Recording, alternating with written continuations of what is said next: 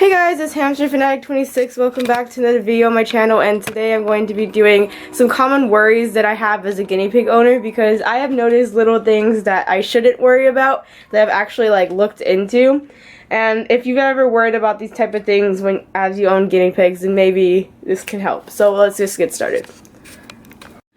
First thing that I have come to worry about a lot with my guinea pigs is how much they sneeze. And I was looking into this yesterday if this would be something I'm concerned about. And it could be, okay, so it could be a sign of a URI, but a URI also has other symptoms that my guinea pigs don't have.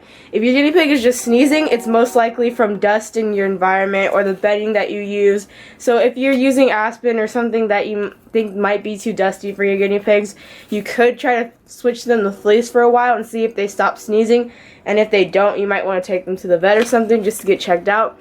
But I have come to worry about my guinea pig sneezing a little bit. Another thing I've come to worry about as a guinea pig owner, especially with two girls, and especially for people that own two boars, are how much they fight.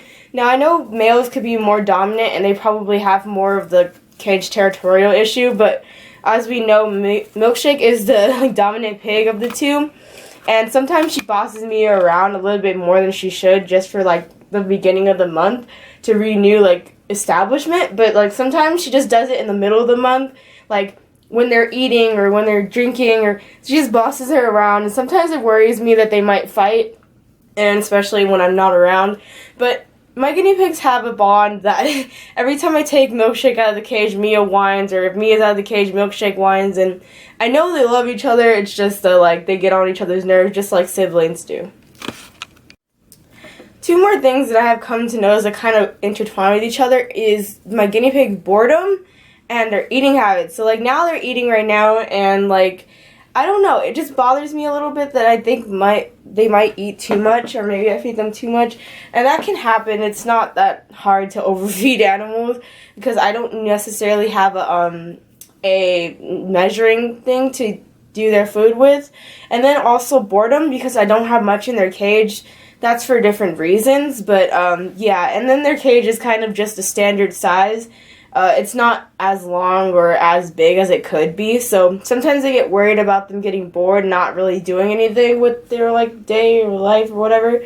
So I take them out and I try to interact with them, but yeah, sometimes that just worries me, and I don't want them to become obese or depressed, or I don't know. It's just different with animals, and that worries me. And the last thing that tends to worry me about my guinea pigs are the noises they make sometimes. Although I do understand that there is a guinea pig language, sometimes they just make random noises that scare me, and I always come and check on them and make sure everything's fine.